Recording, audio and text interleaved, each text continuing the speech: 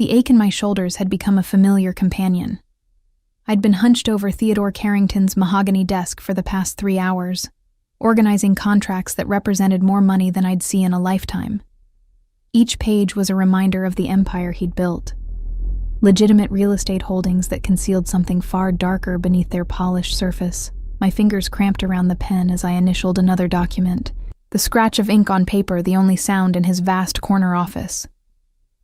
Outside the floor-to-ceiling windows, Chicago's skyline glittered like scattered diamonds against the night sky. It was nearly midnight, and I was alone with him again.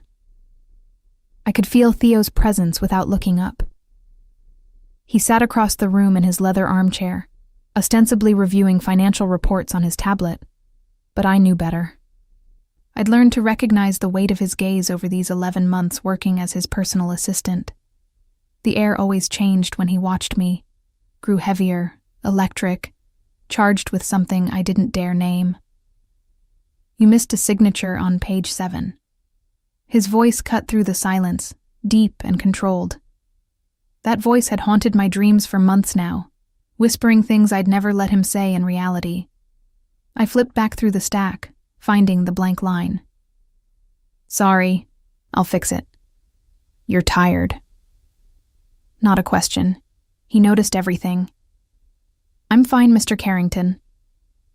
I kept my tone professional, kept my eyes on the papers. If I looked at him now, with exhaustion lowering my defenses, I might do something foolish. Like let him see how much I wanted him. The leather creaked as he stood.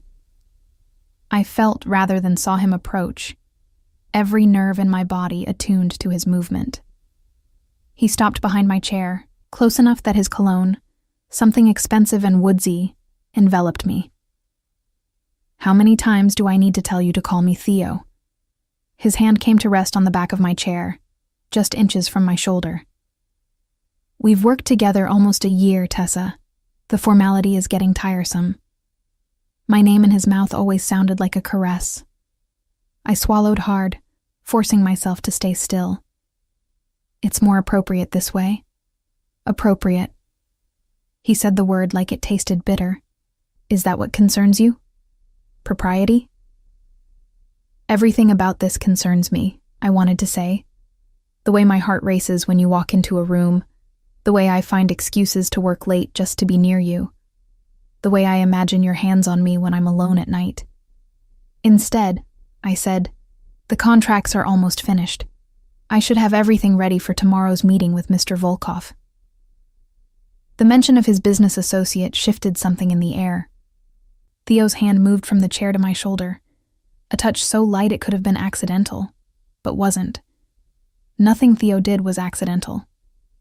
Dimitri is bringing someone new tomorrow, his enforcer apparently.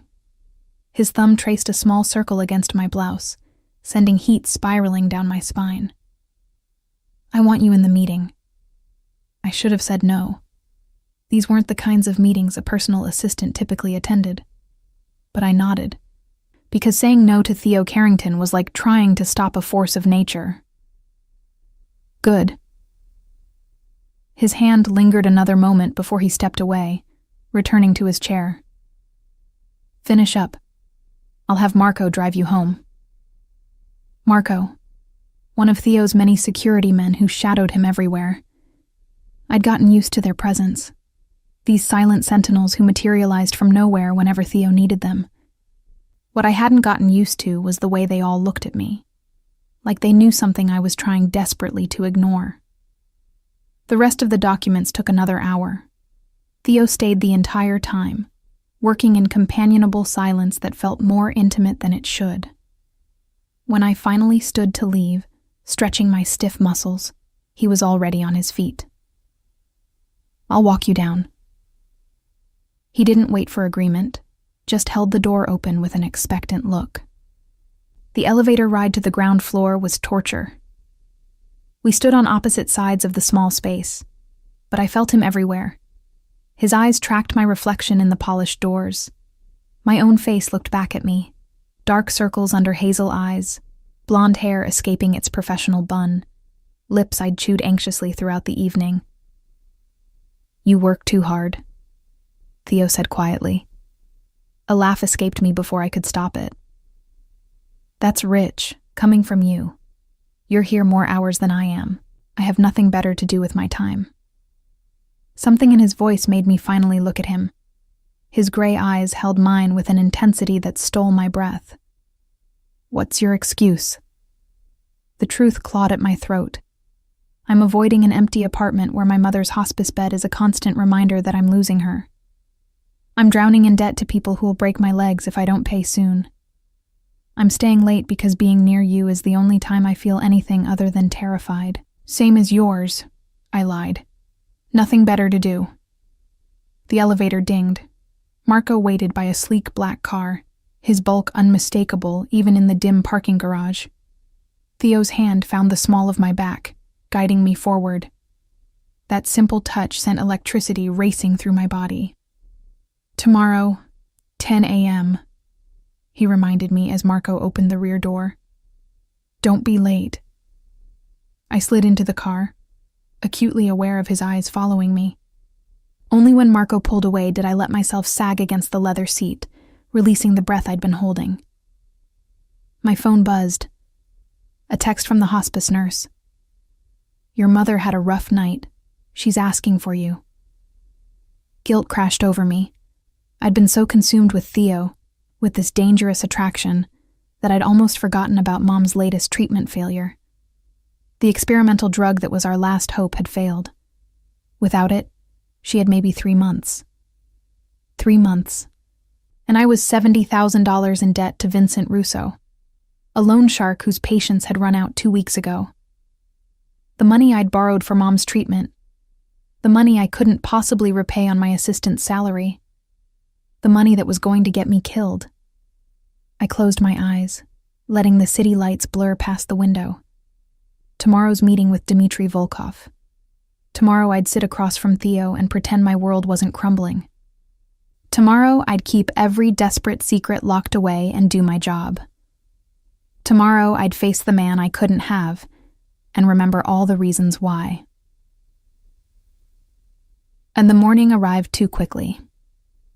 I'd spent the night at Mom's bedside, watching her labored breathing, holding her thin hand.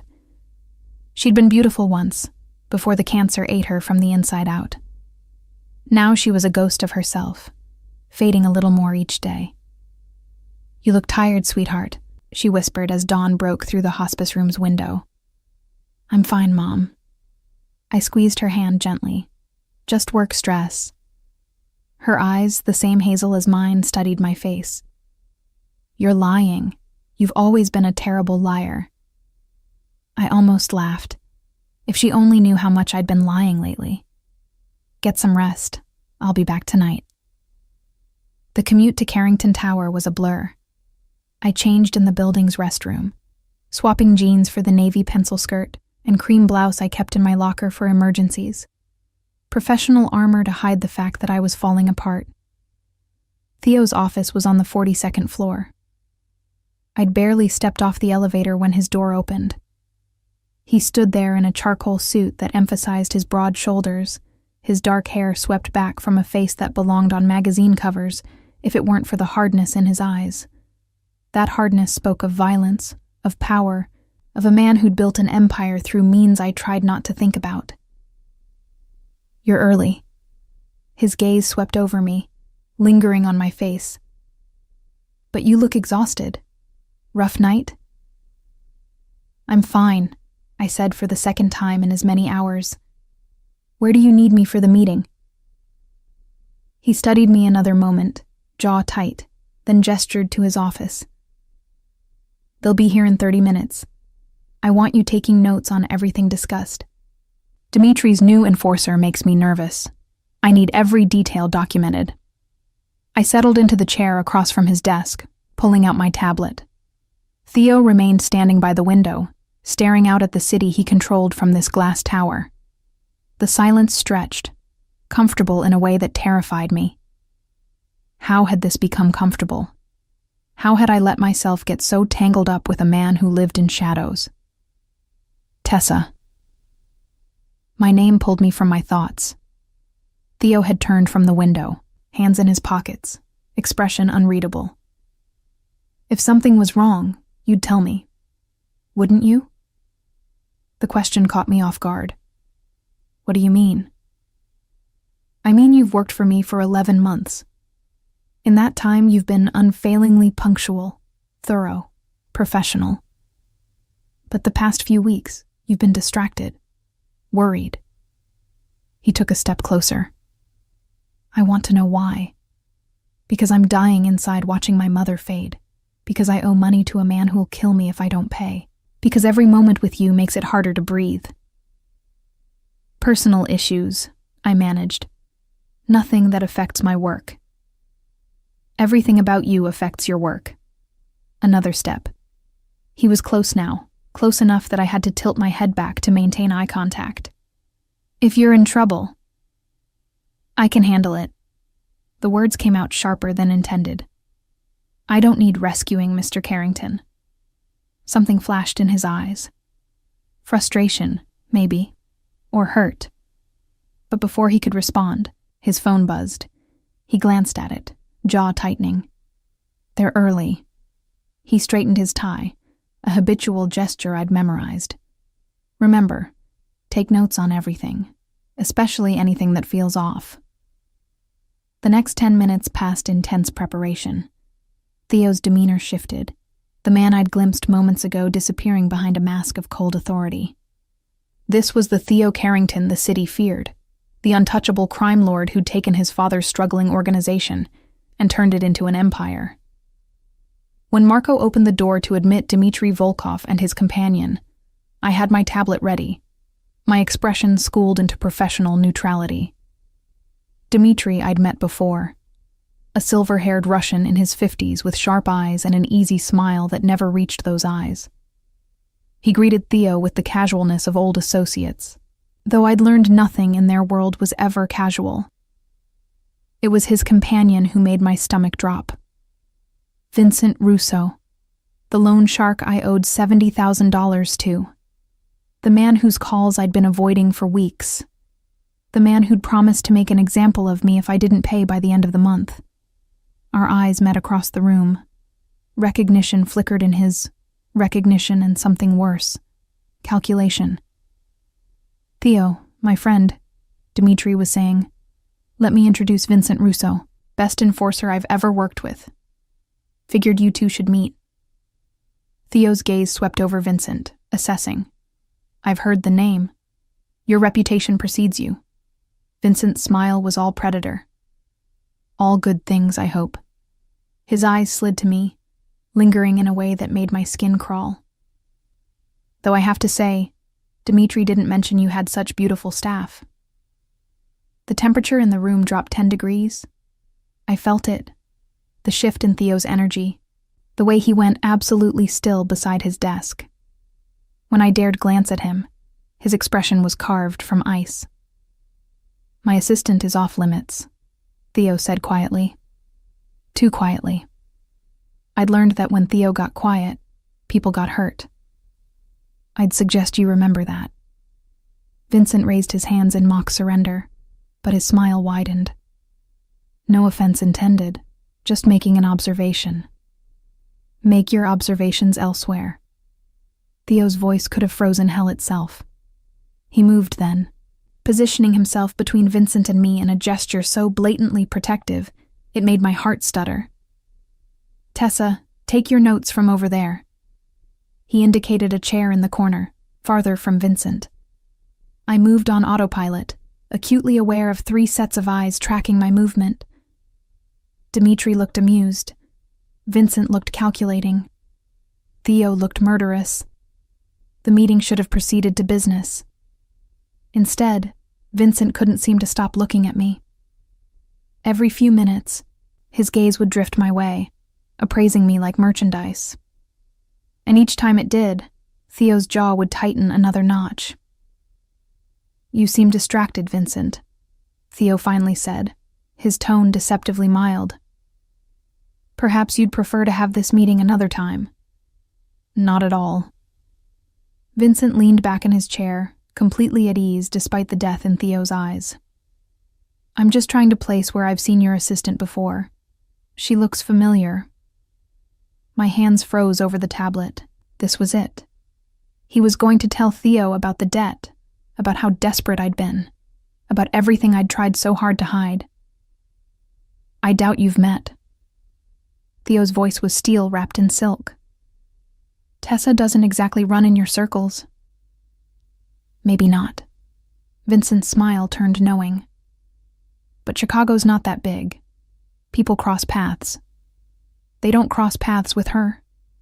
Theo stood, his full height imposing as he looked down at Vincent. Let me be absolutely clear, since you seem to be having trouble understanding. My assistant is mine to protect. That means she's untouchable. Do we understand each other? The word mine hung in the air like a declaration of war. I couldn't breathe, couldn't move, couldn't do anything but stare at Theo's back as he stood between me and Vincent like a wall of controlled fury.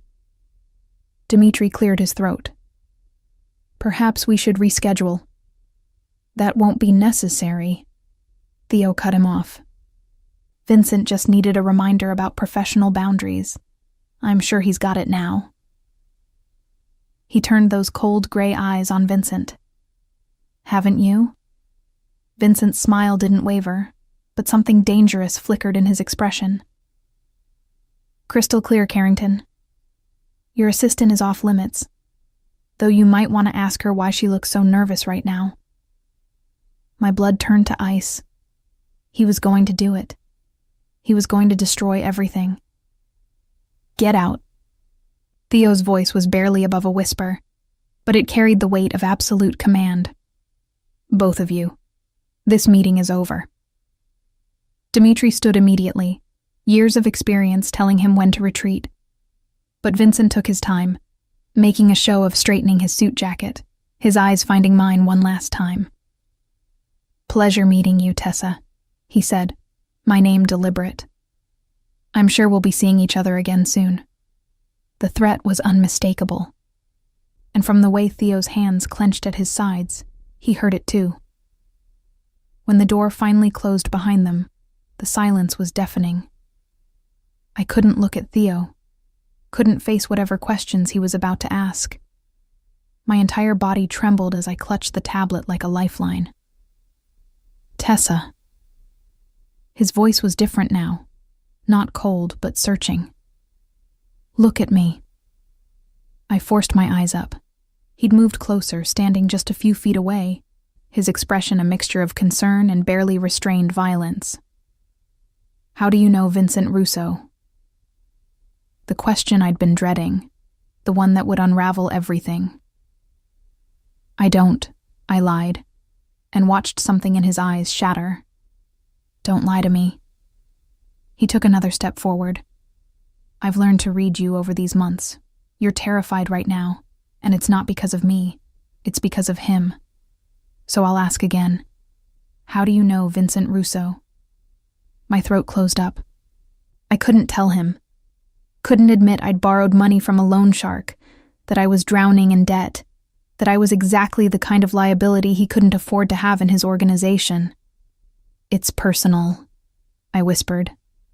Please don't ask me to explain. Theo's jaw worked. Personal. That's your answer. It's the only answer I can give. For a long moment, he just stared at me. Then he turned away, running a hand through his hair, the first sign of agitation I'd ever seen from him. I want you to go home, he said finally. Take the rest of the day. We'll talk about this tomorrow. Theo, that's not a request.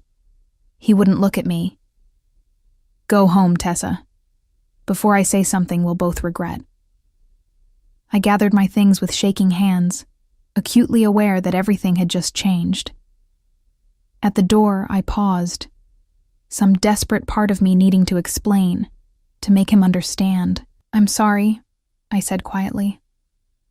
He didn't respond, didn't turn around, just stood there by the window, staring out at his city, while I walked away from the only safe thing in my crumbling world.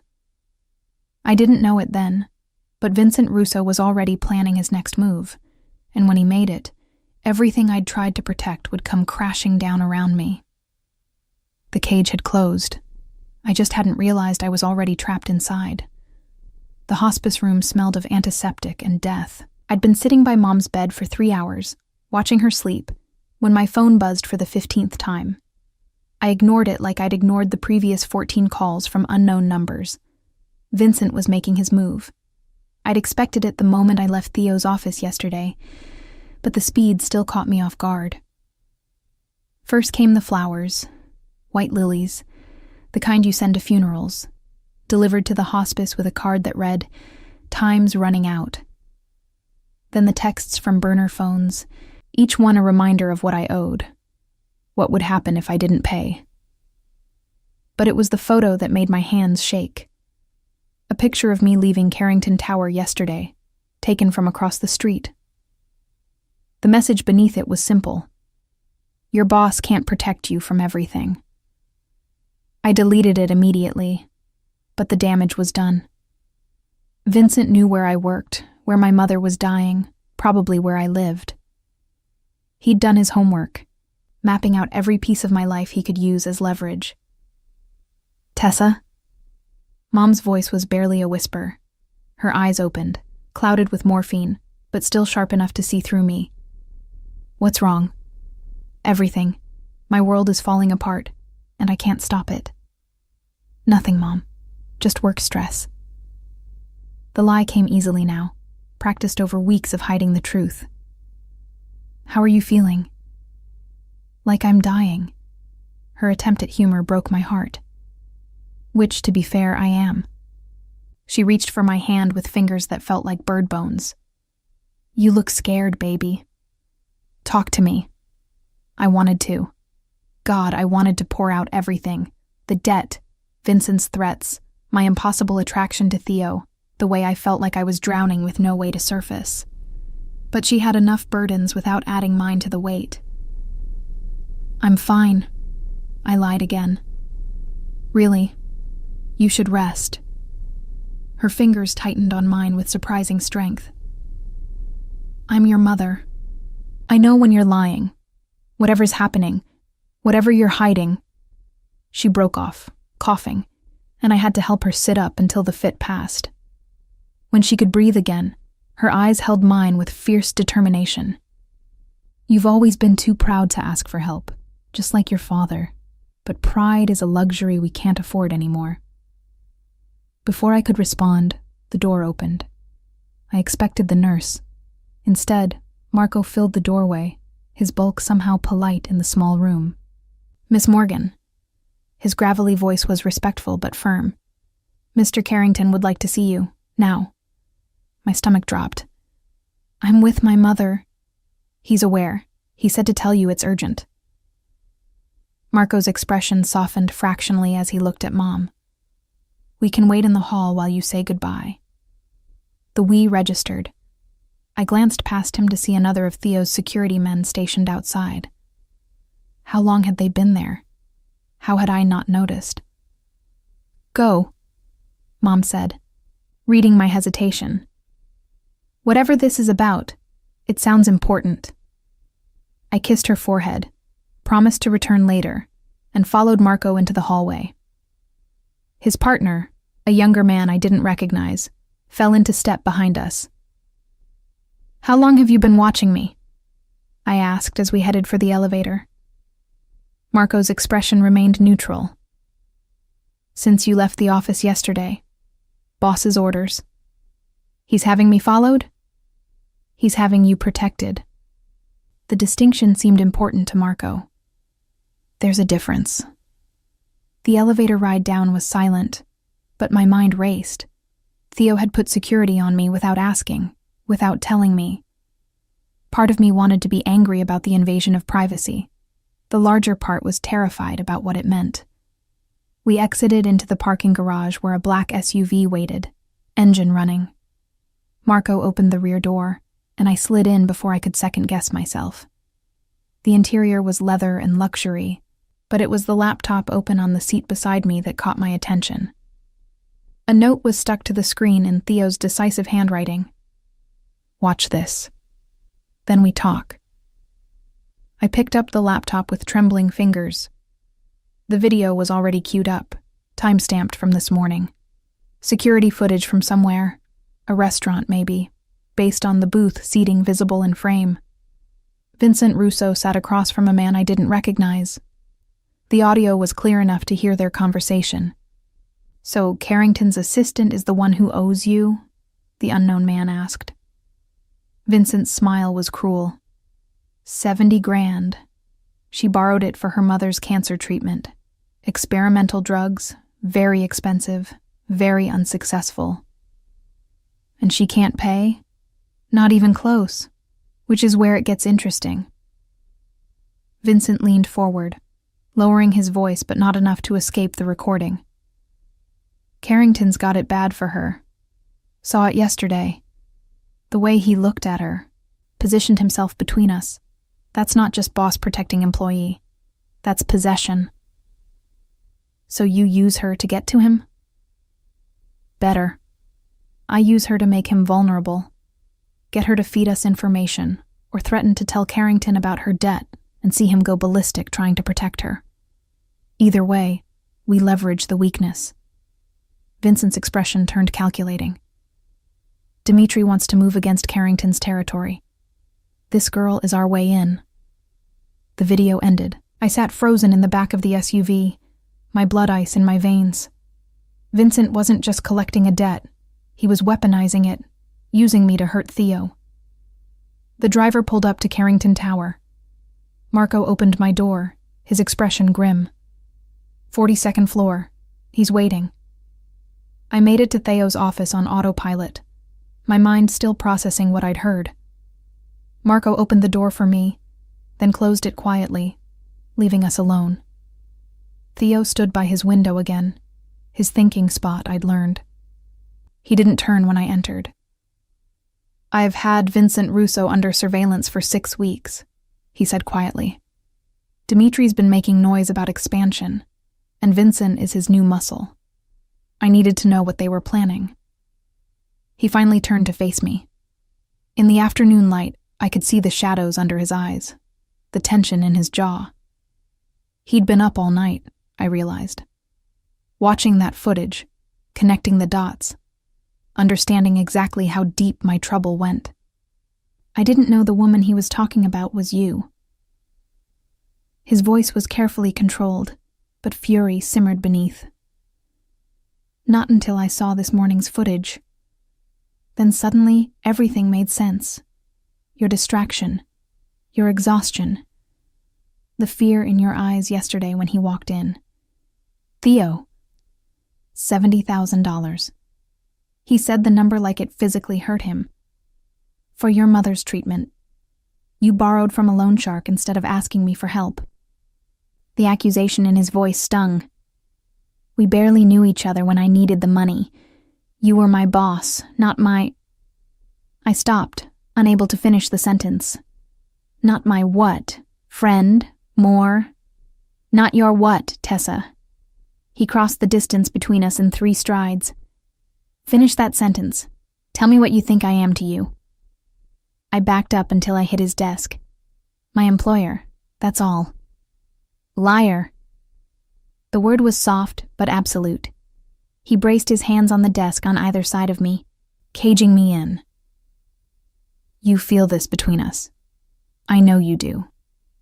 I see it every time you look at me, every time you flinch when I get close, every time you bite that lip when you're trying not to stare." Heat flooded my face. "That's inappropriate. Everything about what I want to do to you is inappropriate." His eyes darkened, pupils dilating. "But that doesn't make it less true. I've spent 11 months trying to be professional, trying to give you space, trying to ignore the fact that I want you so badly I can barely think straight.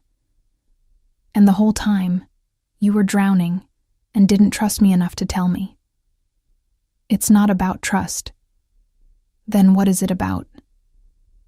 His voice rose for the first time. "Because from where I'm standing, you'd rather owe money to a man who wants to use you as a weapon against me than ask me for help. Do you know what that does to me? Do you understand what it means that you'd choose a loan shark over me? The raw pain in his voice stopped me cold. This wasn't just about the money or Vincent's threats. This was about me not coming to him, not seeing him as someone who would help. I couldn't ask you, I whispered. You're my boss. I can't mix up my professional life with my personal problems, and I definitely can't. I stopped again, but this time he wouldn't let it go.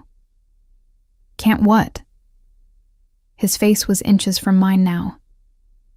Can't admit there's something between us? Can't acknowledge that we've been circling each other for months? Can't accept that I'd burn down half this city before letting Vincent Russo hurt you? Stop. My hands came up to press against his chest, feeling his heart hammering beneath expensive fabric. This can't happen. Whatever you think you feel, I don't think anything. I know. His hand cupped my face with devastating gentleness. I know that you're the first thing I think about when I wake up and the last thing on my mind before I sleep. I know that watching you work is the highlight of my day. I know that when Vincent looked at you yesterday, I wanted to put a bullet between his eyes for daring to let his gaze linger that long. My breath caught. You can't say things like that. Why not? Because it scares you? Because it makes this real? His thumb traced my cheekbone. I've terrified you from the beginning, haven't I? Not because of what I do, but because of how you feel when I'm near you. He was right. God help me. He was completely right. I was terrified. Of him, of this, of the way my body leaned into his touch despite every logical reason to pull away. Vincent will use me against you, I said desperately. That's his plan. Either I give him information, or he exposes the debt and watches you react. Either way, I'm a liability you can't afford. Let me worry about Vincent. His expression hardened. I've already handled the immediate threat. Your debt, paid in full as of an hour ago. The money's been transferred to his account with instructions that you're no longer his concern. I went rigid. You paid... Theo, that's $70,000. I don't care if it was $700,000. His other hand found my waist, pulling me flush against him. You're mine to protect, Tessa. That means your debts are my debts. Your problems are my problems. Your mother's treatment is my concern. I can't let you do that. It's already done. His voice softened. Your mother needs a bone marrow transplant, doesn't she? The experimental drugs failed, and transplant is her only option now. My eyes burned with unshed tears. How did you... I know everything about you. Your mother's diagnosis, her treatment history, the fact that you've been tested and aren't a match. I know about your father dying when you were 12, about you putting yourself through community college while working 2 jobs, about the apartment you rent in a building with broken locks because it's all you can afford. His thumb caught a tear that escaped. I know you, Tessa, and I'm not letting you fight this alone anymore. The tenderness in his voice undid me completely. I'd spent so long being strong, being independent, refusing to need anyone. But Theo was offering something I hadn't had in years, someone to lean on, someone who saw my struggles and wanted to help carry the weight. Why? The question came out broken. Why do you care this much? His answer was simple, devastating. Because you're mine. Before I could respond, his phone buzzed. He released me with obvious reluctance, stepping back to check the message. His expression darkened. Vincent just withdrew the money. He looked up at me. Which means he knows I'm involved now. This just became personal for him. Not about the debt anymore, but about challenging me. Fear spiked through my relief. What will he do? He'll push back, try to prove I can't protect what's mine. Theo's jaw clenched. Which is why you're not going home tonight. You're staying at my penthouse where I have security. We'll deal with your mother's situation tomorrow. I'm having her transferred to a private facility with better care while we search for a donor match. Theo, that's too much. It's not enough. He pulled me back against him, his embrace almost desperate. Don't you understand yet? I would give you everything, Tessa. My money, my protection, my life if necessary. Because the thought of losing you, of Vincent or anyone else hurting you. His voice roughened. It's not something I can tolerate.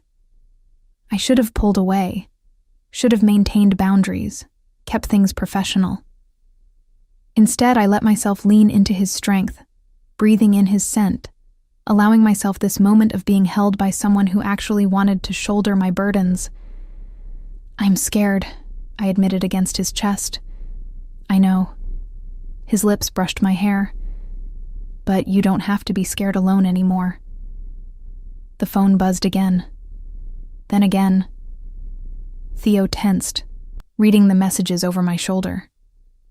When he cursed under his breath, I knew it was bad. What is it? He turned the phone so I could see. Security footage from the hospice, timestamped 20 minutes ago. Vincent Russo walking through the lobby, heading toward the elevators, toward my mother's room. Marco, Theo barked into his phone. Get to St. Catherine's hospice now. Russo's there. I want him nowhere near Trudy Morgan, understand? Use whatever force necessary. He hung up, then pulled me toward the door. We're going, now. The drive to the hospice was the longest 15 minutes of my life. Theo kept his hand on my knee the entire way, his touch grounding even as terror threatened to consume me. If Vincent hurt my mother, if he used her fragile state to send me a message. We screeched to a stop outside the main entrance. Marco was already there, blocking Vincent's path to the elevators. Even from the car, I could see the tension in both men's stances. Theo was out before the vehicle fully stopped. I scrambled after him, my heels clicking on the polished floor as we approached. Just trying to visit a friend, Vincent was saying, his tone mockingly innocent. You don't have friends in this building. Marco's voice was granite. Turn around and leave. Last warning. Vincent's eyes found me behind Theo. Tessa, I was hoping to run into you. Wanted to thank you for the unexpected payment. Very generous of your boss. Stay away from her mother, Theo said quietly. Too quietly. This is between us now. Leave Tessa and Trudy out of it. But that's not as fun. Vincent's smile was all teeth. See, I realized something today. You care about this girl. Really care. That makes her valuable in ways beyond the money she owed me. He looked at me. You should ask your boss what happened to the last person he cared about, Tessa. Ask him about Elena Volkov.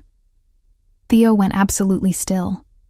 Get out, now, before I forget we're in a public place. Something in Theo's voice must have convinced Vincent he'd pushed far enough. He raised his hands in surrender, backing toward the exit. This isn't over, Carrington. Not by a long shot. Only when Vincent disappeared through the doors did Theo turn to me. The raw emotion on his face stole my breath. Fury and fear, and something that looked almost like grief. Who's Elena Volkov? I asked. His expression shuddered. Someone I failed to protect. Someone I lost because I didn't see the threat until it was too late. He cupped my face between his hands. That's not happening with you. I won't let it. The vow in his voice was absolute. And as he led me to the elevator, his hand never leaving mine, I realized the cage hadn't just closed. I'd willingly walked into it. And God help me. I didn't want to leave. Mom was sleeping when we reached her room. The morphine drip had been increased, the nurse explained quietly, after she'd become agitated following a visitor. My blood ran cold at the confirmation. Vincent had gotten to her before Marco arrived. What did he say to her? I demanded, my voice sharper than intended. The nurse looked uncomfortable. He asked about you, where you lived, where you worked. Information she refused to give him. That's when she became upset, and we had to sedate her. Theo's hand found the small of my back, steadying me. "Thank you. We'll sit with her for a while."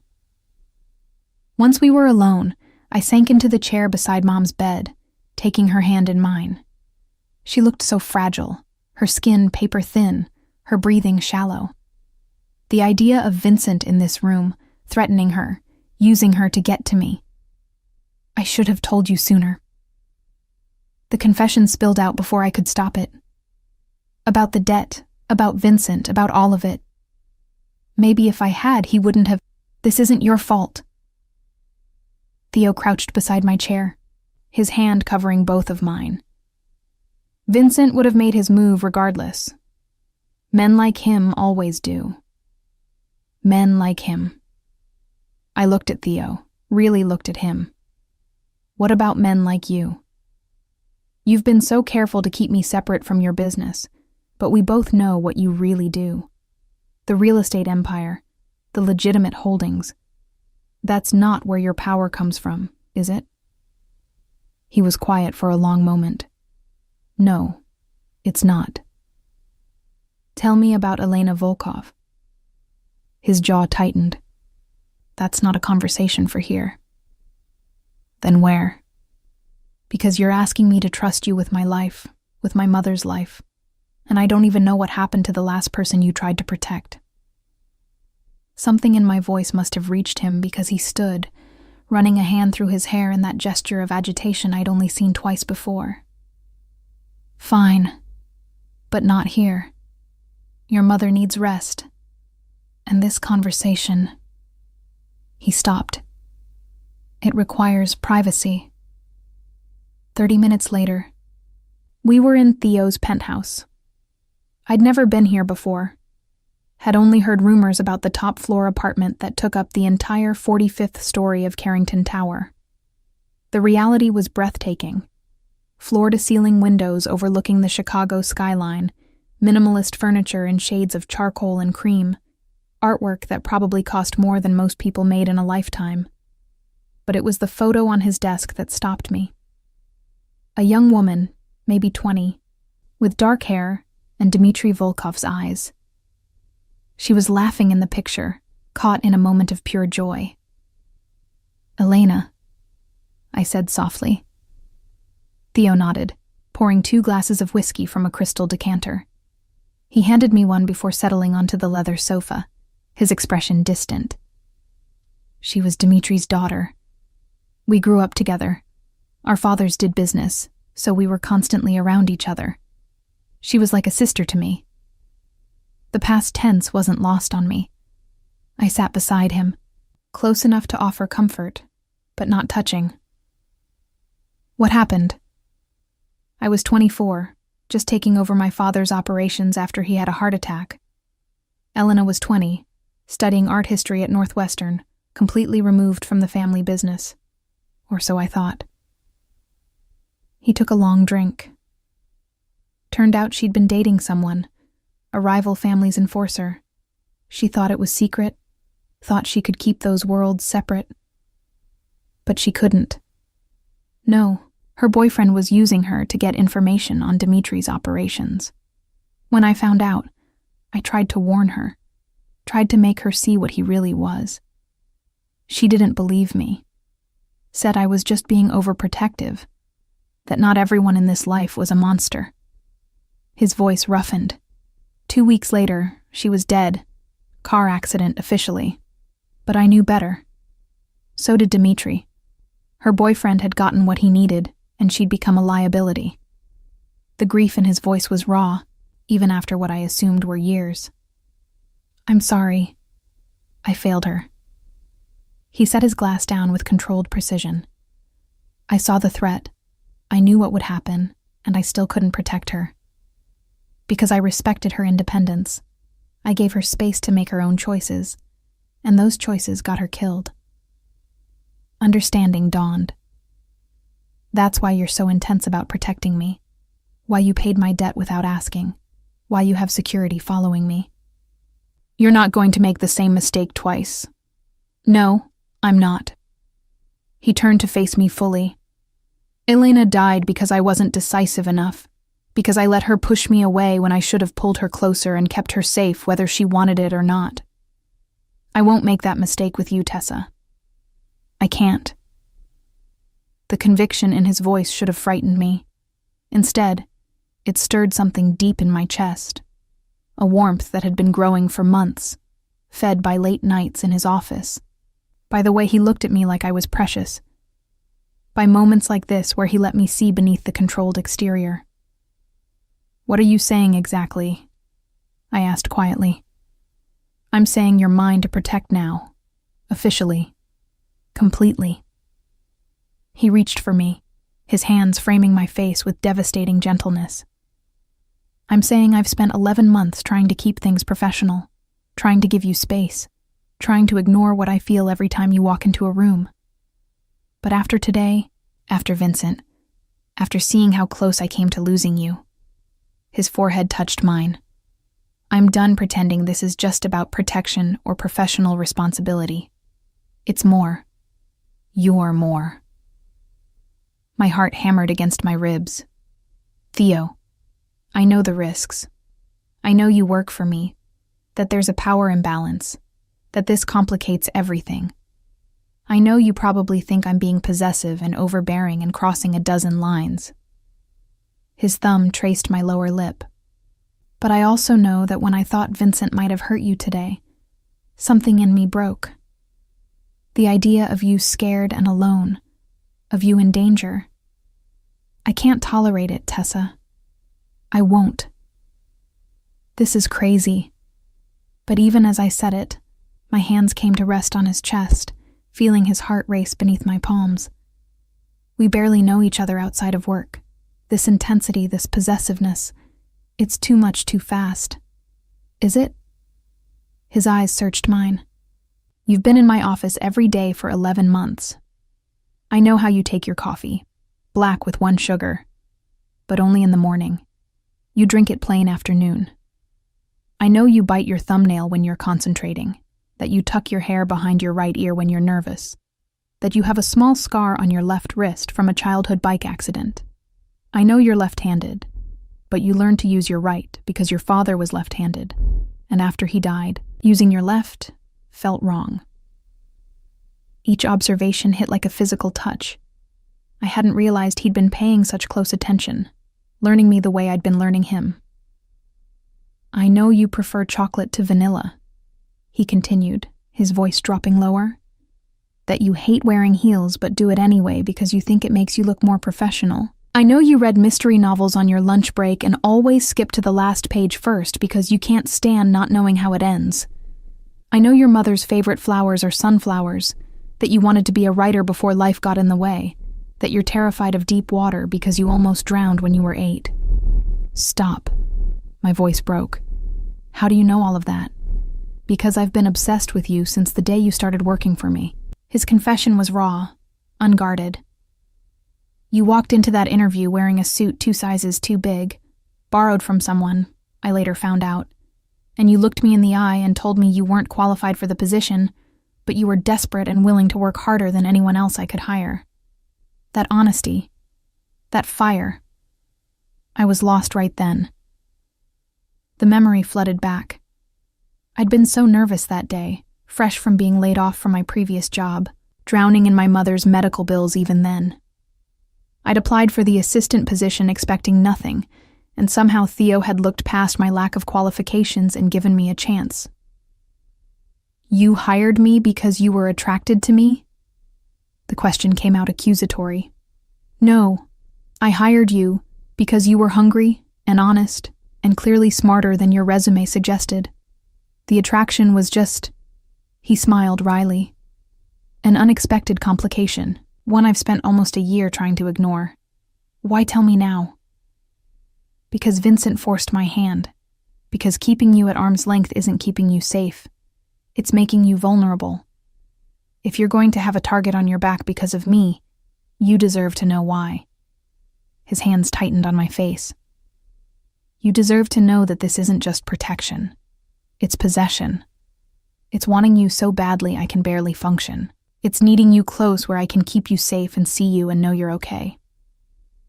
My breath came in short gasps, This was too much, too intense.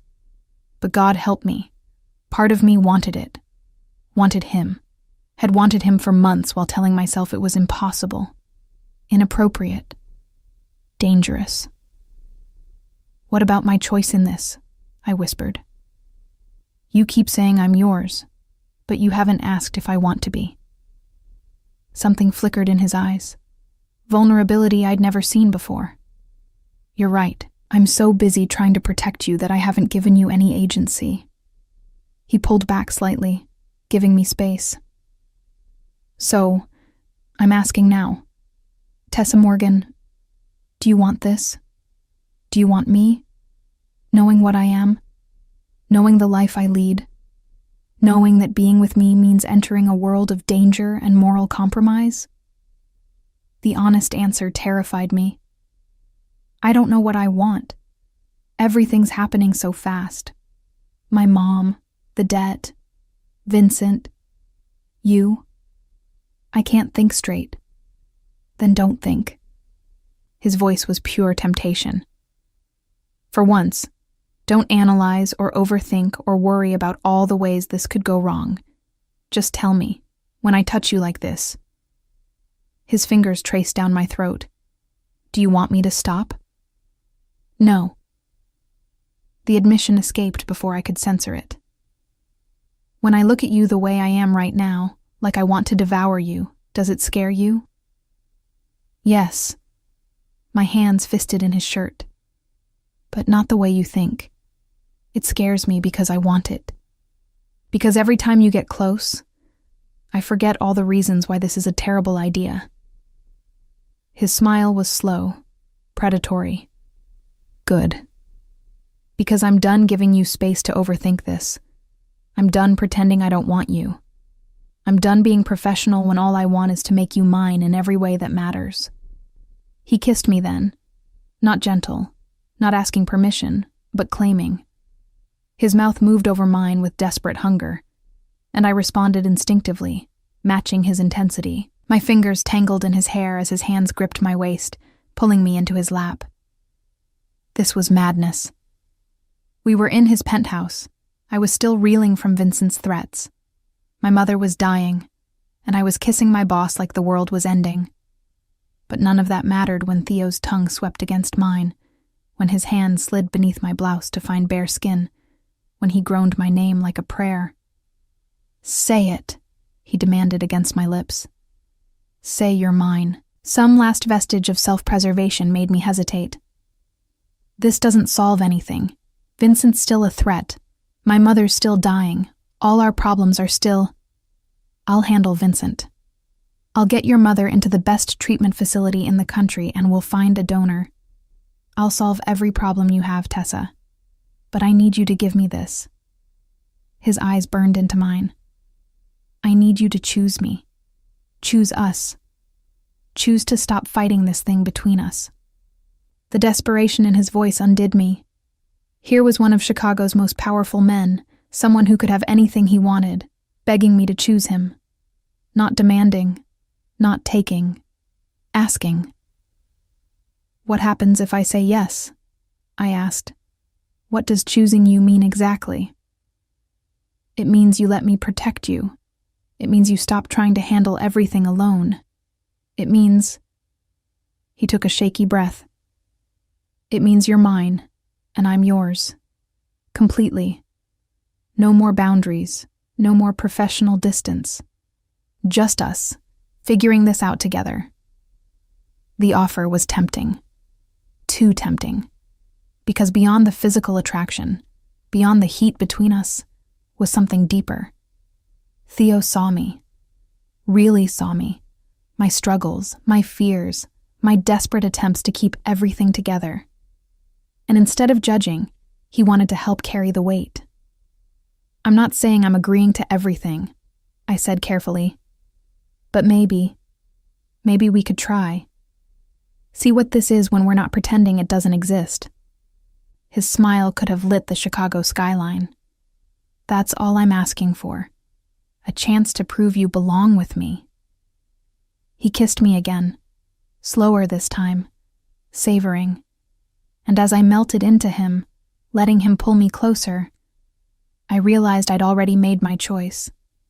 I'd chosen him the moment I didn't pull away, the moment I kissed him back, the moment I admitted I wanted this despite every logical reason to run. I was Theodore Carrington's. The question was, would that save me or destroy me? Only time would tell. The morning after I chose Theo, I woke up in his bed. Nothing had happened beyond the kissing. He'd been surprisingly restrained, pulling back when things got too heated and insisting I needed rest. But sleeping in his penthouse, in his space, surrounded by his scent on the pillows, felt more intimate than anything physical could have been. I found him in the kitchen, already dressed in a navy suit, making coffee with the precision he brought to everything. He looked up when I entered, and the heat in his eyes made me acutely aware that I was wearing nothing but his shirt. "Good morning." His voice was rough, intimate. "How did you sleep?" "Better than I have in months." It was true. Despite everything, despite the chaos of my life, I'd slept deeply for the first time since Mom's diagnosis. He crossed to me, handing me a cup of coffee prepared exactly how I liked it. "We need to talk about the next steps. Your safety, your mother's treatment, Vincent." Reality crashed back. For a few blissful moments, I'd forgotten about the threats closing in. "What did you have in mind?" "First, your mother. I've made arrangements with Northwestern Memorial's Transplant Center, the best in the region. They're expecting her this afternoon. Full donor search, experimental treatments if necessary, whatever it takes." He paused. "I've also put her on every registry in the country. If there's a match out there, we'll find it." Tears pricked my eyes. "Theo, I can't afford." "I can, and I am." His tone left no room for argument. "Second, your apartment. You're not going back there. Vincent knows where you live, and I'm not leaving you vulnerable." "So where am I supposed to stay?" "Here, with me." He set down his coffee cup. "I know it's fast. I know you probably want your own space. But until Vincent is dealt with, I need you where I can protect you. Where my security can monitor every entrance, every visitor, every potential threat." The cage was closing again, but this time I couldn't summon the energy to fight it. He was right. My apartment wasn't safe. And the truth was, being near Theo felt safer than anywhere else. "For how long?" "Until I've eliminated the threat." His expression hardened. "Which brings me to Vincent. I've put word out through my channels. He's to stay away from you, your mother, anyone connected to you. But Vincent's ambitious. He won't back down just because I told him to." "So what happens now?" "Now we wait for him to make his move, and when he does, I end him." The casual way he said it sent chills down my spine. "In the meantime, you'll have security with you at all times. Marco during the day, Stefan at night. Non-negotiable." I should have argued. Should have insisted I didn't need constant guards. But after yesterday, after seeing Vincent at the hospice, I knew better. "Okay." Surprise flickered across Theo's face. "Okay? No argument?" "You were right yesterday. I've been too proud to ask for help, too stubborn to admit I was drowning. But I'm done pretending I can handle this alone." I moved closer, my hands finding his chest. "If you're offering to help my mother, to protect us both, I'm not going to let pride get in the way." His arms came around me, pulling me flush against him. "You have no idea how long I've waited to hear you say that." The next few days settled into a new rhythm. Mornings with Theo before he left for meetings I wasn't invited to. Days spent at Northwestern with Mom, who'd been transferred to a private suite that looked more like a hotel room than a hospital. Evenings back at the penthouse, where Theo and I navigated this new intimacy with careful steps. We hadn't slept together yet, not fully. He seemed determined to give me time to adjust, to make sure I was choosing this for the right reasons. But the tension between us built with each passing day. Each heated kiss that stopped just short of more. Each night I fell asleep in his arms, wanting things I was afraid to name. It was on the 4th day that everything shifted. I was at the hospital with Mom when my phone buzzed. A text from an unknown number. Meet me in the parking garage. Level 3. Come alone or your mother has an accident. My blood turned to ice. I looked up to find Mom sleeping peacefully, her monitors steady. Nothing seemed wrong, but the threat was clear. I should have called Theo immediately. Should have gotten Marco, who was stationed outside Mom's room. But the message said, come alone, and some desperate part of me couldn't risk my mother's safety by disobeying. The parking garage was dim, fluorescent lights casting sickly shadows. I made it to level 3 before I saw him, Vincent, leaning against a concrete pillar, arms crossed. Tessa, glad you could make it. His smile was all predator. What do you want? I kept my distance, acutely aware that I'd made a terrible mistake coming here alone. What I've always wanted, access. He pushed off the pillar, approaching slowly. See, Carrington paying off your debt was insulting, like I'm some errand boy who can be bought off. But you... His eyes raked over me in a way that made my skin crawl. You're the key to bringing him down. I won't help you hurt Theo. Won't you? He pulled out his phone, showing me a photo. Theo leaving his office building that morning. The angle suggested it had been taken by a sniper. One call, and he's dead. Unless you give me what I want. Which is? Information. Access codes to his private accounts. Names of his contacts in city government. Details about his shipping operations. Vincent's smile widened. Everything that will let Dimitri and me take over his territory piece by piece. He'll know it came from me. Probably. But you'll be long gone by then. I'll give you enough money to take your mother and disappear. Start fresh somewhere Carrington can't find you. He paused. Or you can refuse, and I put a bullet in his head. Your choice. Panic clawed at my throat. This was worse than I'd imagined. Vincent wasn't just threatening me. He was using me as a weapon against the one person who'd tried to help. I need time to think.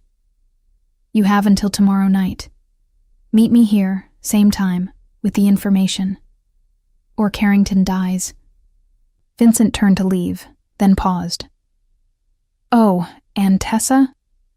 If you tell him about this meeting, I'll know. And your mother's monitors might malfunction.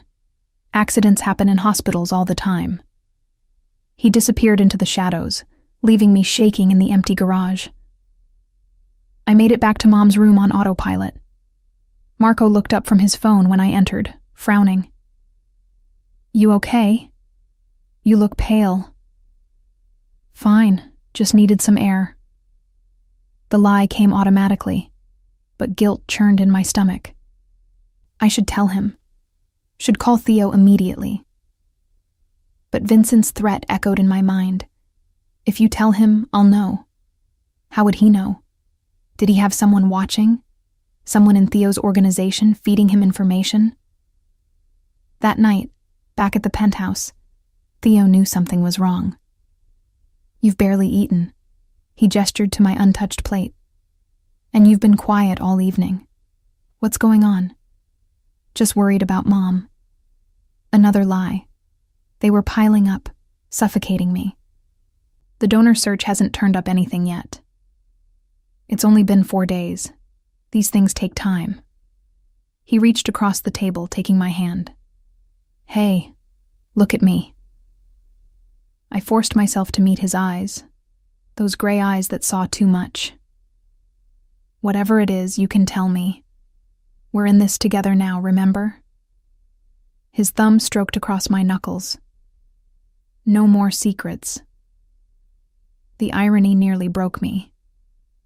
Here he was, offering complete honesty, while I sat across from him hiding a threat that could get him killed.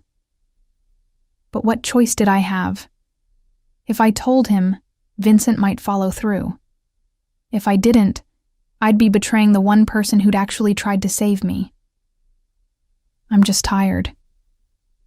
I pulled my hand away, standing abruptly. I think I'll go to bed early. Hurt flickered across his face, but he nodded. Okay. I have some work to finish anyway. I'll join you later. I escaped to the bedroom, my mind racing. 24 hours. That's all I had to figure out what to do. Give Vincent the information and watch him destroy Theo? Refuse and risk Theo's life along with my mother's? Tell Theo everything and hope Vincent was bluffing about having eyes inside the organization? I was still wrestling with the impossible choice when the bedroom door opened an hour later. Theo entered, already loosening his tie, his expression troubled. We need to talk.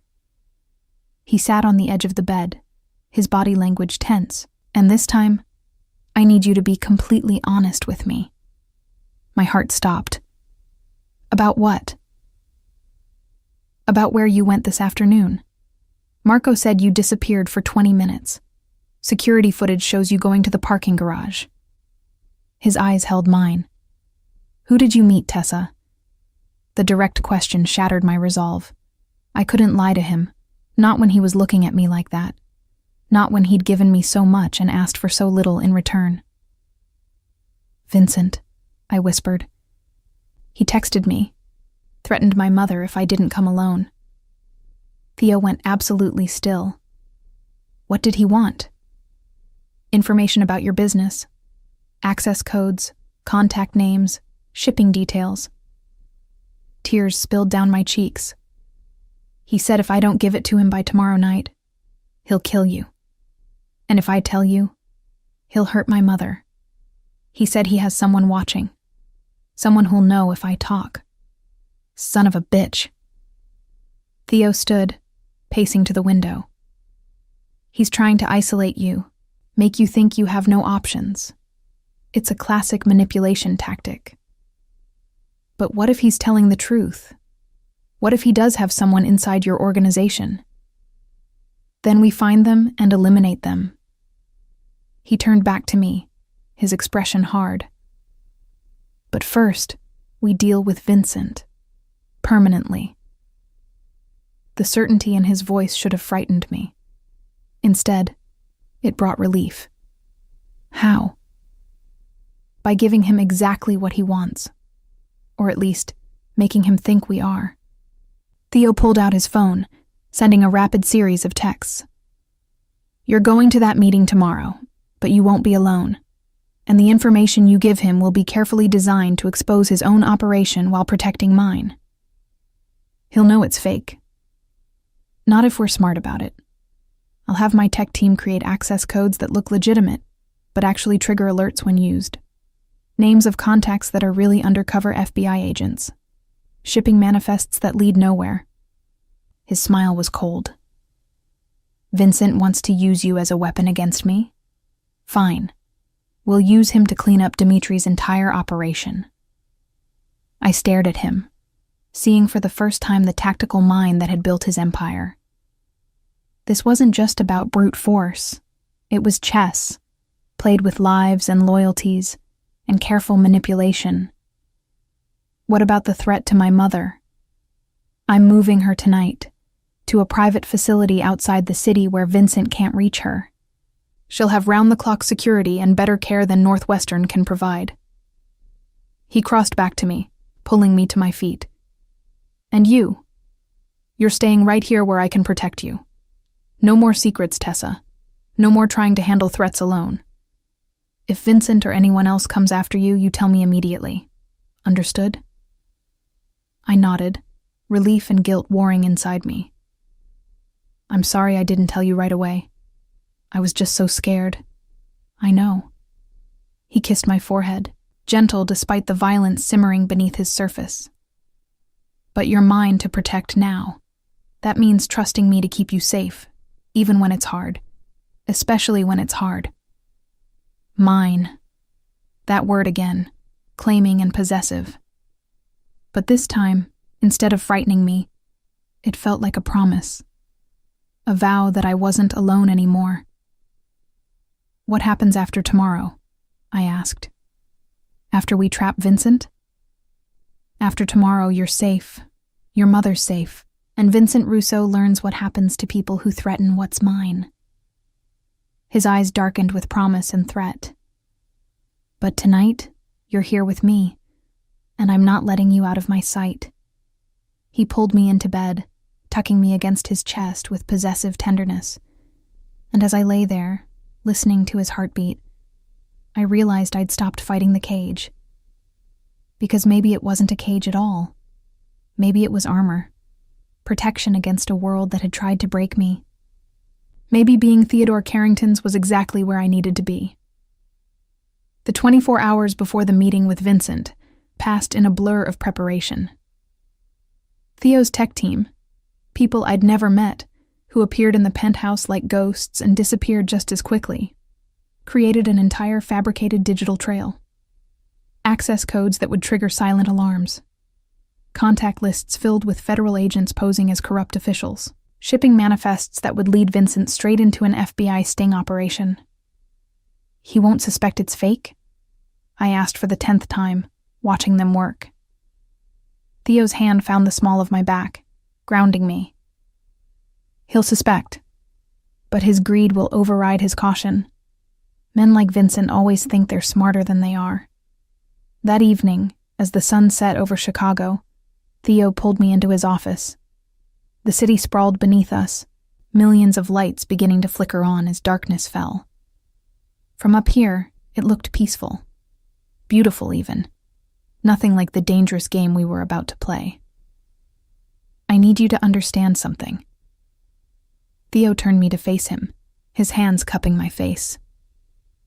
When you meet Vincent tomorrow, you'll be wired. I'll hear every word. I'll have men positioned throughout that garage, on every level, in every stairwell. If he so much as touches you wrong, they'll move in. What if he searches me for a wire? He won't get the chance. The device is embedded in your necklace. He pulled a delicate gold chain from his pocket, a small pendant dangling from it. It's also a panic button. You press it once, and my men converge on your location within seconds. I took the necklace with trembling fingers. The pendant was a tiny compass, beautiful and innocuous. Why a compass? His smile was soft, intimate. So you always know which way is home, which way leads back to me. The sentiment undid me. This dangerous man with his empire of shadows and blood, he was offering me a way home, a tether to safety in the midst of chaos. Theo, I started, but he stopped me with a kiss, not desperate or demanding, but achingly tender. Come back to me tomorrow, he whispered against my lips. That's all I ask. Give Vincent the information, let him think he's won, and come home. I'll handle the rest. That night I couldn't sleep. I lay in Theo's arms, feeling his steady breathing, trying to memorize every detail. The way his hand rested possessively on my hip, the warmth of his chest against my back, the security of being held by someone who'd burn the world down before letting harm come to me. You're thinking too loud, he murmured in the darkness. I can practically hear your mind racing. I'm scared. The admission came easier in the dark. What if something goes wrong tomorrow? What if Vincent figures it out and... Then I kill him. Simple. Absolute. I've been playing nice, Tessa, trying to handle this through proper channels. But if he threatens you directly, if he so much as raises his voice at you, I'm done being civilized. Do you understand what I'm saying? I did. I understood that Theo's restraint had limits, that his protection came with a price, violence delivered on my behalf, blood spilled to keep me safe. I should have been horrified. Instead, I felt something closer to relief. I understand, I whispered. His arms tightened around me. After tomorrow, this is over. Vincent will be dealt with. Your mother will be safe in the new facility, and you and I... He paused. We'll figure out what we are to each other without all these external threats. What do you think we are? Mine. That word again, possessive and absolute. You're mine, Tessa, and I'm yours. Everything else is just details. The parking garage at 3 p.m. was exactly as grim as I remembered. I descended to level 3 with Marco trailing me at a distance, far enough that Vincent wouldn't immediately spot him, close enough to intervene if needed. The necklace Theo had given me felt heavy against my throat, a reminder of the lifeline I carried. Vincent was waiting in the same spot, arms crossed, that predatory smile firmly in place. Tessa. Right on time. I appreciate punctuality. I have what you wanted. I held up the USB drive that Theo's team had prepared. Everything you asked for. Access codes, contact lists, shipping manifests. Just like that? No fight, no attempt to protect your boyfriend? Vincent's eyes narrowed. I'm almost disappointed. He's not my boyfriend. He's my boss. The lie tasted bitter. And I'm not dying to protect his criminal empire. You want the information? Take it. Just leave me and my mother alone. Vincent crossed to me, his hand reaching for the drive. I forced myself not to flinch as his fingers brushed mine, taking the USB. See? That wasn't so hard. And now you're free, Tessa. Free from Carrington. Free from the debt. Free to disappear and start over. That's it? You'll just let me go? Why wouldn't I? I've got what I need. Carrington's entire operation on a silver platter thanks to you. He pocketed the drive. Though I have to say, I'm curious. Does he know you're here right now? Does he know his precious assistant is selling him out? The question was a test. I kept my expression neutral. He thinks I'm at the hospital with my mother. He doesn't know about any of this. Good. Vincent's smile widened. Then there's no reason for him to connect you to what happens next. When his accounts start getting drained, when his contacts start getting arrested, when his entire empire comes crashing down, you'll be long gone. Just another employee who quit without notice. Disgust churned in my stomach, but I kept it hidden. When do I get the money you promised? Impatient, are we? Don't worry. Give me 24 hours to verify this information is legitimate, and I'll wire you $100,000. More than enough to take Mommy and disappear. He turned to leave, but paused, looking back at me over his shoulder. You know, you're smarter than I gave you credit for. Most women in your position would have told Carrington everything, trusted him to protect them. But you understood the truth. In this world, everyone's expendable. Even pretty little assistants that bosses think they're in love with. The words hit harder than they should have. Was that what I was to Theo? Someone he thought he loved until I became inconvenient? No. I pushed the doubt away. Theo had proven himself again and again. This was Vincent playing mind games, trying to shake my confidence. Goodbye, Vincent. I turned and walked away, forcing myself not to run, not to show fear. Only when I reached the stairwell where Marco waited did I let myself breathe. You did good, Marco said quietly, falling into step beside me. Boss heard everything. He's moving on Vincent now. Now? But I thought we were waiting for him to use the information. Change of plans. Vincent made a mistake. Marco's smile was grim. He threatened you directly. Told his associate earlier today that once he verified the data, he was going to kill you anyway. Couldn't risk you going back to Carrington and warning him. Ice flooded my veins. He was going to kill me? He was going to try. But Boss has had Vincent's communications tapped since yesterday. The second he made that threat, it was over. Marco held open the door to the parking structure's exit. Vincent Russo just signed his own death warrant. The drive back to Carrington Tower was silent. I sat in the back of the SUV, my hands shaking despite the heat pumping through the vents. Vincent had planned to kill me all along. Even if I'd given him real information, even if I'd betrayed Theo completely, it wouldn't have mattered. I'd been dead the moment I became useful to him. The penthouse was quiet when I arrived. Too quiet.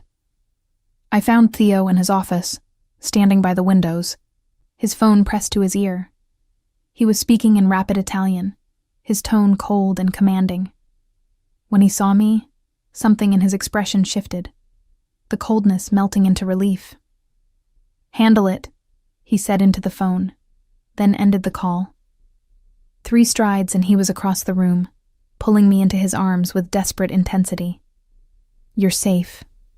You're here. You're safe." "What's happening with Vincent?" "He's being dealt with as we speak." Theo's voice was muffled against my hair. "My men picked him up 10 minutes ago. He's currently being questioned about his plans to kill you." The implication was clear. Questioned meant tortured, meant Vincent was paying for his threats in blood and pain. I should have felt sick. Should have begged Theo to stop, to show mercy. Instead, I felt nothing but relief. "Good," I whispered. Theo pulled back, studying my face with those intense gray eyes. "You're not upset?" He was going to kill me, even after I gave him what he wanted. He was going to kill me to cover his tracks. My voice was steadier than I expected. "So no, I'm not upset that he's facing consequences. I'm just—" I stopped, trying to articulate the tangle of emotions. "I'm tired of being afraid. Tired of being a target.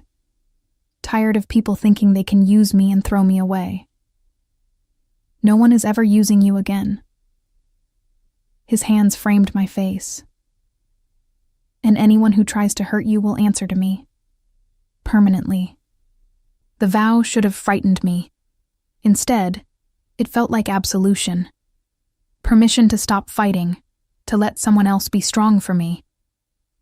"My mother," I said suddenly. "Did she make it to the new facility okay?" "She's there now, settled in, comfortable. The doctors there are already working on an expanded donor search." Theo's expression softened. "And there's something else. We found a potential match. Preliminary testing looks promising." The words didn't register at first.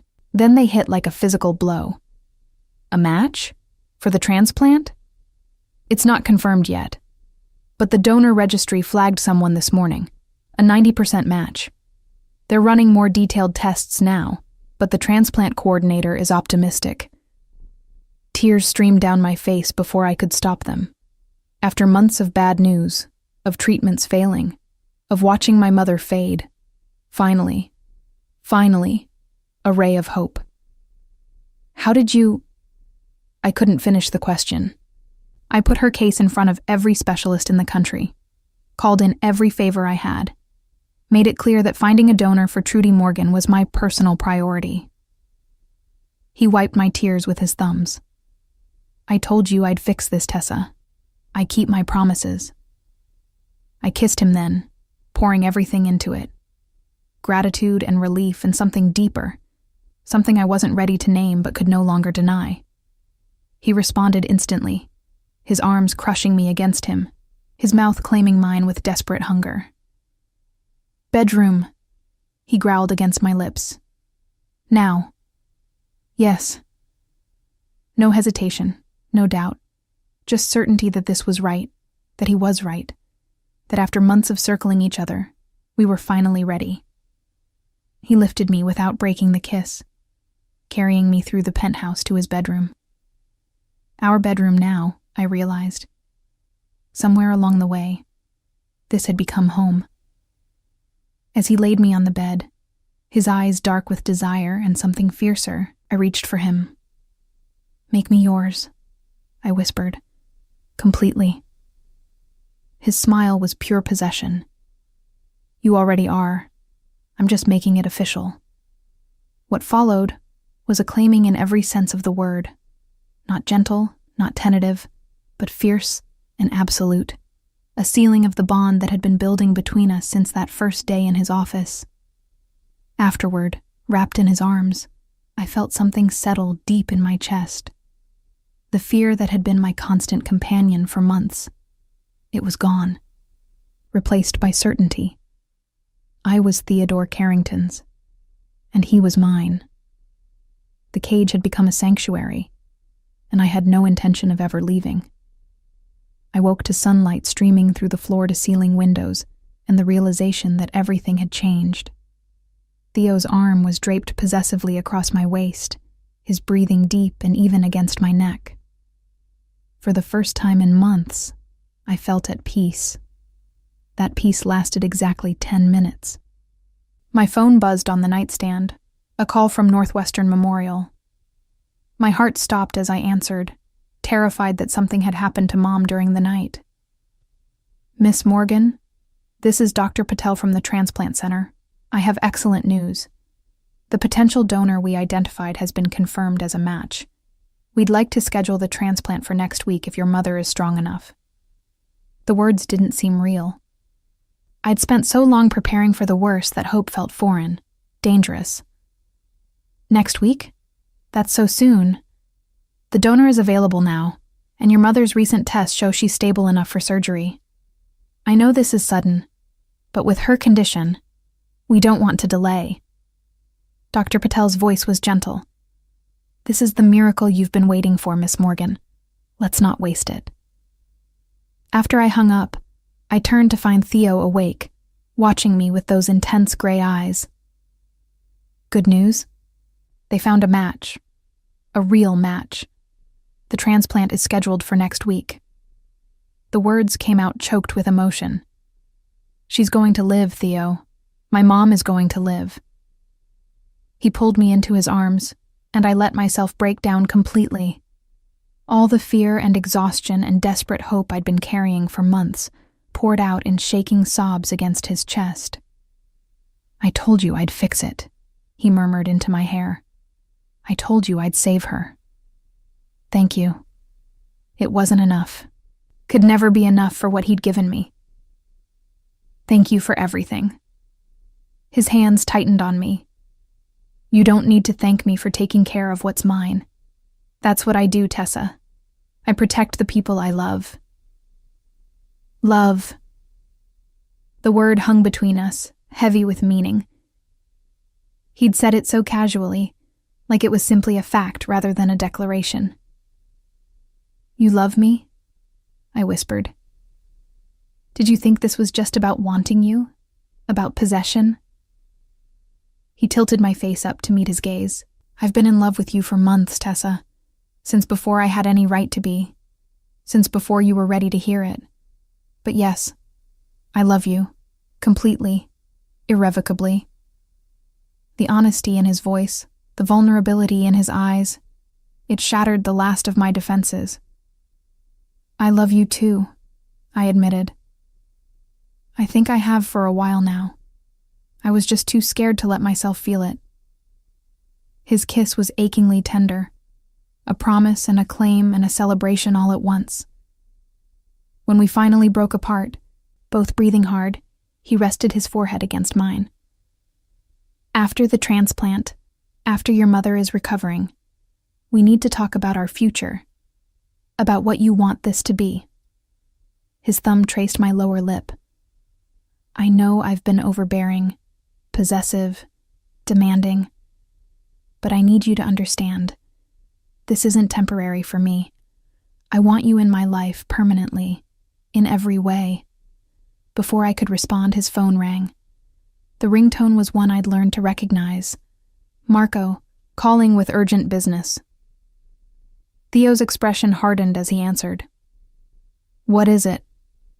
A pause as he listened, his jaw tightening with each passing second. "When? How many?" "No, keep her there. I'm on my way." He was out of bed before hanging up, already pulling on clothes with efficient precision. "Get dressed. We need to go to the hospital, now." Fear spiked through me. "What's wrong? Is it my mother?" "Your mother is fine, but there's been a situation." His voice was controlled, but I could see the fury simmering beneath. "Vincent had associates we didn't know about. They just tried to gain access to your mother's floor at Northwestern. Security stopped them, but But they know where she is. The realization made my blood run cold. Even after everything, they're still coming after her. After me. Not for long. Theo's voice promised violence. Get dressed. You're coming with me, and we're ending this today. 20 minutes later, we were at Northwestern, surrounded by what seemed like a small army of Theo's security. The transplant floor had been locked down, no one in or out without clearance, and in a private waiting room, 2 men sat zip-tied to chairs, bleeding and terrified. These are the ones who tried to access your mother's room, Marco explained. They had fake visitor passes and a detailed plan of the floor layout. Theo circled the men like a predator. Who sent you? Neither answered. Theo nodded to Marco, who stepped forward with a knife that caught the fluorescent light. The message was clear: talk or bleed. Dmitry Volkov, one of them finally gasped. He sent us. Said Vincent failed. Said the girl needed to pay for what she did. Dmitry wants Carrington to suffer. Ice filled my veins. I'd thought Vincent was the threat, but he'd just been a pawn in Dmitry's larger game. Where is Dmitry now? Theo's voice was deadly calm. His estate, but you can't get to him there. He's got 20 men, all armed, all loyal. I don't need to get to him. Theo pulled out his phone, making a call. This is Carrington. I need a meeting with the Volkov family. Today, their estate. Tell them it's regarding their recent attempt on my family's life. Tell them if they refuse, I go to the FBI with everything I have on their operation. He hung up and turned to me. You're staying here with Marco and 6 men. No one gets past them. No one. Understand? Where are you going? To end this. Permanently. He cupped my face, his touch gentle despite the violence in his eyes. Dmitry crossed a line when he sent men after your mother, when he threatened you. I've been patient, played by the rules of our world. But that ends today. Theo, please, if something happens to you, nothing will happen to me. I'm too angry to die. His smile was cold, and I have too much to live for now. You, your mother, our future. No one is taking that from me. Especially not Dmitry Volkov. He kissed me hard, possessive, then left with half his security team. I watched him go, terror and pride warring in my chest. The hours that followed were the longest of my life. I sat with my mother, who was blissfully unaware of the threat that had just been stopped, holding her hand while Marco and his team stood guard. The hospital had been turned into a fortress, every entrance monitored, every visitor screened. It was nearly 6 p.m. when Theo finally called. It's done, he said simply. Dmitry Volkov is no longer a threat.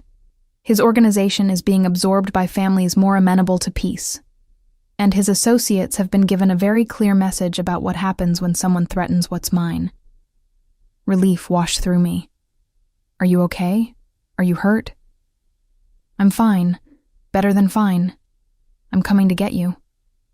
We have things to discuss. When he arrived 30 minutes later, he looked untouched. Not a hair out of place, his suit pristine. But there was something different in his eyes.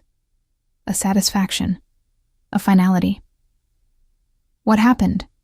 I asked as he pulled me into a private consultation room.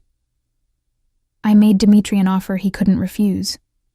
He backs off completely, surrenders his stake in several key operations, and publicly acknowledges that you and your mother are under my permanent protection.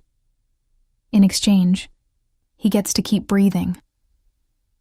Theo's smile was predatory. He accepted. Just like that? Not quite. I also showed him what I'm capable of when someone threatens my family. Made sure he understood that while I'd been playing nice before, that courtesy is now permanently revoked. His hand found my waist, pulling me close. No one will dare touch you again, Tessa. I've made you untouchable." The certainty in his voice should have frightened me. Instead, it felt like armor settling into place. Protection I'd never had. Safety I'd never known.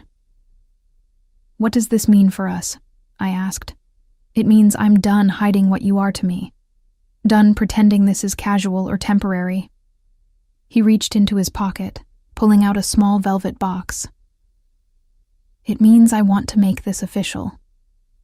My heart stopped as he opened the box, revealing a ring, a simple but stunning diamond solitaire that caught the light and scattered it like stars. "I know this is fast. I know we've only been together a few days, technically. But I've loved you for months, Tessa. I've built my entire world around keeping you safe. And I don't want to wait anymore." He took my hand. "Marry me. Not because you owe me or because I've helped your mother, but because you love me. Because you want this life with me. Because you choose me freely." Tears streamed down my face. A week ago, I'd been drowning in debt and fear, watching my mother die, desperate and alone. Now I stood here with a man who'd moved heaven and earth to save us both, who'd made me his in every way that mattered, who was offering me a future I'd never dared imagine. "Yes," I whispered. "Yes, I'll marry you." The smile that broke across his face was pure joy, the first time I'd seen him look truly happy. He slid the ring onto my finger, then kissed me with desperate intensity. "You're mine now," he murmured against my lips. "Officially. Completely." "Yours?" I agreed. "And you're mine. Always." 1 year later, the private garden at Theo's estate was transformed into something out of a fairy tale. White roses and peonies everywhere, strings of lights creating a canopy of stars, chairs filled with the few people who mattered most.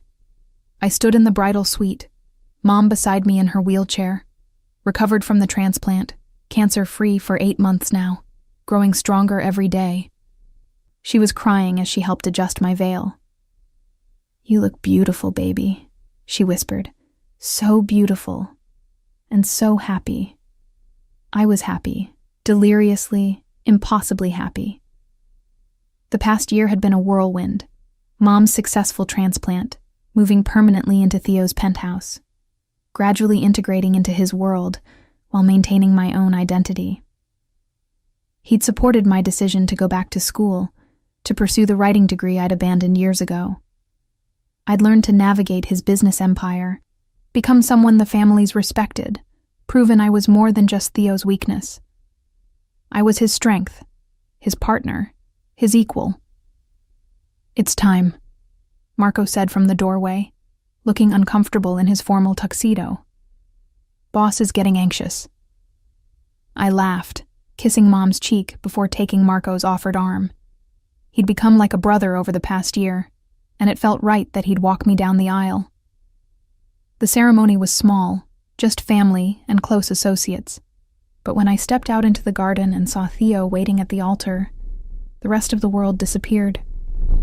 He looked devastating in his tuxedo, his dark hair styled back, his gray eyes fixed on me with such intensity that I felt it like a physical touch. As I walked toward him, his expression shifted, from controlled to vulnerable to absolutely certain. "You're the most beautiful thing I've ever seen," he whispered when I reached him. "You're not so bad yourself," I whispered back, making him smile. The ceremony was traditional, the vows we'd written ourselves. When it came time for Theo's vows, his voice was steady, but emotional. "Tessa, you walked into my life when I'd forgotten what it meant to truly care about someone. You challenged me, frustrated me, made me want to be better than I was. You saw the darkness in me and didn't run. Instead, you stood your ground and demanded I see you as an equal. I promise to love you, protect you, cherish you for all the days of my life. I promise that you will always be my first priority, my greatest treasure. I promise that no one will ever hurt you while I draw breath. You are mine, and I am yours. Forever. My own vows were simpler but no less heartfelt. Theo, you saved me when I was drowning. You gave me hope when I had none. You loved me when I couldn't love myself. I promise to stand beside you, to be your partner in all things, to trust in your protection while maintaining my own strength.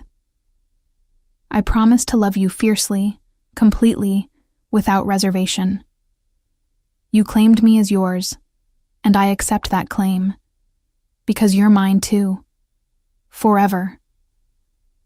When the officiant pronounced us husband and wife, Theo kissed me like we were the only two people in the world, like he was sealing a promise written in blood and fire and unwavering devotion. Mrs. Carrington, he murmured against my lips. Finally. The reception was intimate, perfect. But it was later, when we were finally alone in the master suite that had become truly ours, that Theo pulled me close. Do you have any regrets? He asked quietly. About how we started? About everything that happened? I thought about it, the fear, the danger, the impossible choices. Then I thought about where it had led us, to this moment, this love, this future. No regrets, I said firmly. Every terrifying moment led me here, led me to you. Good.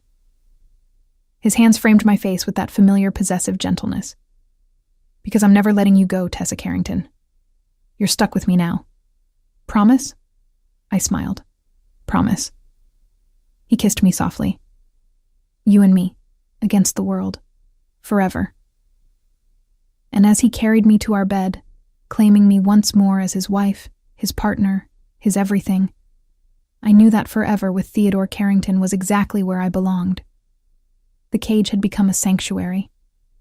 The captor had become my salvation, and the man I'd feared had become the love of my life.